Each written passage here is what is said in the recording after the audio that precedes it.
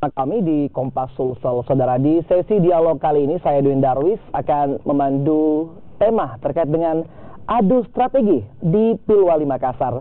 Untuk membahasnya kita sudah menghadirkan masing-masing ketua tim pemenangan dari dua calon wali kota dan wakil wali kota yang akan bersaing di Kota Makassar. Sudah hadir di studio Faruk Mbeta, ketua tim pemenangan Api Cicu. Selamat pagi Pak Faruk, apa kabar? Pagi-pagi Pak Edwin. Luar biasa ya. Alhamdulillah. Dan kali ini juga bertemu dengan ketua tim pemenangan dari Dani Pemantau dan Indira, Pak Adi Rashid Ali. Apa kabar Pak Adi? Baik, selamat pagi. Sepertinya lama tidak selayar ya. Akhirnya kembali bertemu tapi dalam kapasitas berbeda, masing-masing tim ketua pemenangan. Selalu bersama. Sering bersama. Baik, saya ke Pak Adi Rashid Ali dulu. Ya. Sebagai tim pemenangan dari Dani Pemantau Indira, sang petahana. Walaupun sang petahana, tapi kini maju dalam kapasitas independen. Menurut Anda, apakah ini tidak menjadi ancaman karena melihat lawan Anda kini didukung oleh banyak sekali partai politik, Pak Adi? Nggak masalah ya. Menurut saya yang pertama adalah pemilihan kali ini pemilihan figur ya. Baik. Independen juga bukan barang haram. Independen itu demokrasi. Baik. Aturan sudah menyajikan semua itu, jalur partai atau jalur perseorangan. Saya kira bukan masalah di situ. Sekarang tinggal bagaimana kita memberikan edukasi kepada masyarakat, pendidikan politik kepada masyarakat terkait dengan pemimpin. Seperti apa pemimpin yang pantas untuk memimpin Kota Makassar. Lebih kepada di situ saya. Kalau soal independen, soal partai, saya kira udah clear ya, udah selesai. Sahabat saya, Pak Ketua, kebetulan sebagai ketua tim di tetangga sebelah, dengan 10 partai tidak ada masalah. Baik. Kami dengan satu partai tidak ada masalah juga. Sebagai partai pendukung ya, bukan partai pengusung. Dengan ada beberapa partai yang non parlemen. Baik. Saya kira nggak ada masalah buat itu. Oke. Ada strategi khusus kali ini yang akan dilakukan oleh tim pemenangan untuk Dani Pemantau Indira di pertarungan kali ini? Apa ya strategi? Saya kira nggak mungkin juga kita bahas secara detail ya. Baik. Buat saya lebih kepada edukasi saja ke masyarakat, kepada terkait dengan pilkada nanti, seperti apa pemimpin ke depan yang pantas memilih Kota Makassar. Kita di sini diami pasangan DMI sisa melanjutkan, ya sisa melanjutkan perjuangan. Saya ingin mengatakan bahwa sustainable ya, development, pembangunan yang berkelanjutan ini penting sekali. Saya kira posisinya seperti itu. Kalau bicara strategi khusus nggak ada ya. Saya selalu mengatakan ini seperti nasi goreng saja. Sisa garam ditaruh, fixin kasih lombok sedikit, sudah selesai itu Pak. Baik. Ini sepertinya menarik. Persaingan figur bisa dikatakan jadi tidak ada masalah dengan independen ataupun bahkan dengan lawannya 10 partai. Saya ke Pak Faruk. Persaingan figur.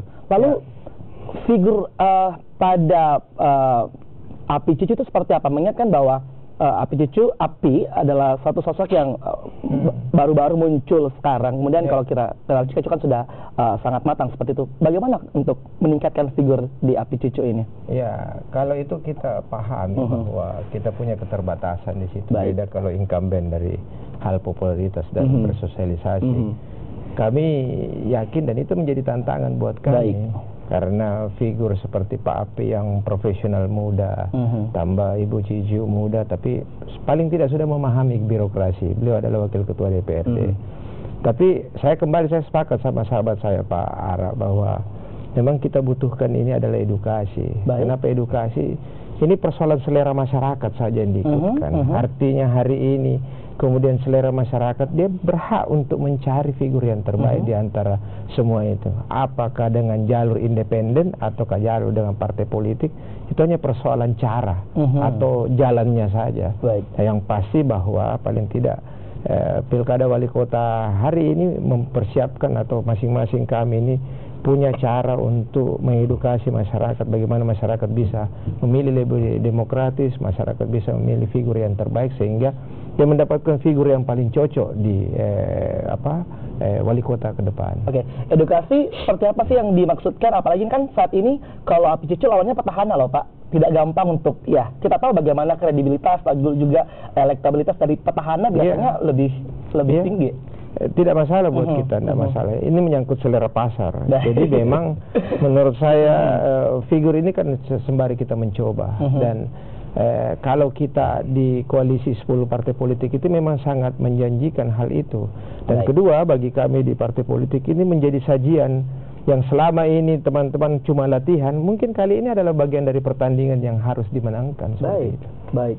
Koalisi 10 partai, Pak Ara. Bisa jadi kan masih banyak masyarakat kita yang sangat terpaut kepada partai seperti itu, melihat partai-partai yang ada biasanya mereka lebih strike gitu kan memilih. Nah, dengan Anda yang calonnya itu independen, tidak jadi hambatan atau tidak jadi masalah seperti itu dengan lawan Anda dengan 10 partai politik ini? Nggak masalah ya, karena kami di sini di Diami ya, dan pembantu dan Ibu Dira, koalisi yang kami bangun ya kebetulan partai non parlemen itu yang pengusung adalah Partai Demokrat dan beberapa partai non parlemen. Kami membangun koalisi bersama rakyat, ya koalisi kami bersama rakyat. Artinya saya kira sudah tidak ada masalah persoalan itu. Kan partai juga itu ujung-ujungnya rakyat juga, jadi tidak ada yang salah di situ. Tinggal bagaimana, ini kan soal opini aja di media seperti itu, tetapi intinya itu kembali kepada rakyat. Makanya kami selalu mengatakan bahwa koalisi yang kami bangun adalah berkoalisi dengan rakyat. Ya, kebetulan partai pengusung adalah Partai Demokrat yang ada di parlemen, dan ada beberapa partai yang tidak ada dalam parlemen. Saya kira poinnya di situ. Masyarakat lagi tidak melihat seperti itu, sekalipun saya kebetulan sebagai ketua partai, malah memang saya yang menghendak menyampaikan kepada Pak Wali bahwa sebaiknya Bapak menggunakan independen. Baik. Karena gambaran saya ke depan bahwa kemungkinan besar Bapak tidak akan pernah cukup partai. Sebagai orang partai wajar saja. Baik. Kalau memang itu satu cara, ya harus kita tempuh dengan cara itu. Oke. Jadi sekarang ini menurut Para apakah memang setelah menjalani tanpa partai, maksudnya tidak sebanyak dengan Api Cucu, lebih mudah atau justru lebih susah? Kalau mungkin saya akan tanya nanti ke Pak Faruk, ini kan ada 10 partai, gimana nanti menyatukannya ini? Baik dari tim pemenangan dan sebagainya, Pak Faruk. Kalau susah ya Pak? Mengatur anak saja susah. Ada 10 soalnya. Apalagi ya, Pak? mengatur sebuah partai politik yang punya banyak kepentingan. Baik. Tapi ada platform dasar sebagai partai politik, yaitu menang. Apa menang? Karena ini menjadi acuan dasar. Kapan Pilwali ini bisa kita rebut, paling tidak logikanya bahwa pemilu legislatif ke depan itu punya jalur yang lebih mudah. Itu saya yakin platform yang sama, cara berpikir yang sama, sehingga untuk menjahit semua partai politik yang ada saya pikir tidak terlalu susah. Apalagi kemudian partai politik ini adalah bukan partai politik non parlemen yang memungkinkan mereka yang sudah terbiasa dengan kontestasi politik yang ada, baik itu pilkada gubernur, pilwali dan seterusnya. Saya pikir hal yang biasa dan lumrah. Memang ada kerumitan tapi tetap diusahakan seperti itu ya. Untuk menjahitnya pasti ada yang saya katakan tadi, di keluarga di tingkat anak saya ngurusnya setengah mati. Gimana kalau kita mengurus partai politik? Tapi yang saya inilah tantangannya. Problematikanya di sini dan seninya juga di sini. Jadi kita berharap ya inilah pola cara kita, apalagi saya diberikan amanah untuk memimpin mereka. Ya, saya pikir ini juga salah satu pola pendekatan untuk saling memahami.